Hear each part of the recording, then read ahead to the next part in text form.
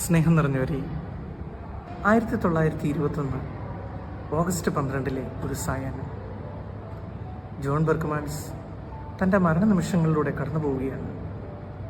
ദുഃഖാർത്തരായി നിൽക്കുന്ന സഹപാഠികളെ നോക്കി ജപമാലയും കുരിശുരൂപവും നിയമപുസ്തകവും കയ്യിൽ പിടിച്ചുകൊണ്ട് അദ്ദേഹം പറഞ്ഞു, ഇവയാണ് എൻ്റെ ജീവിതത്തിലെ 3 നിധികൾ.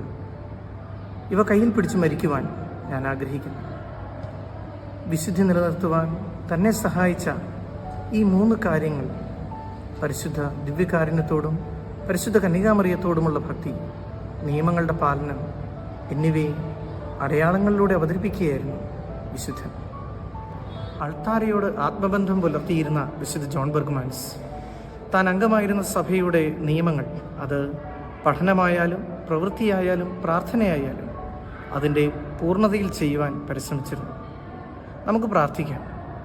സ്നേഹനാഥ, നീയുമായുള്ള ആത്മബന്ധത്തിൽ വളർന്ന് ഞങ്ങൾ ചെയ്യുന്ന ഓരോ കാര്യങ്ങളും അതിൻ്റെ പൂർണ്ണതയിൽ ചെയ്യുവാൻ, അങ്ങനെ നിന്നെ മഹത്വപ്പെടുത്തുവാനുള്ള കൃപയും അനുഗ്രഹവും ഞങ്ങൾക്ക് നൽകണമേ.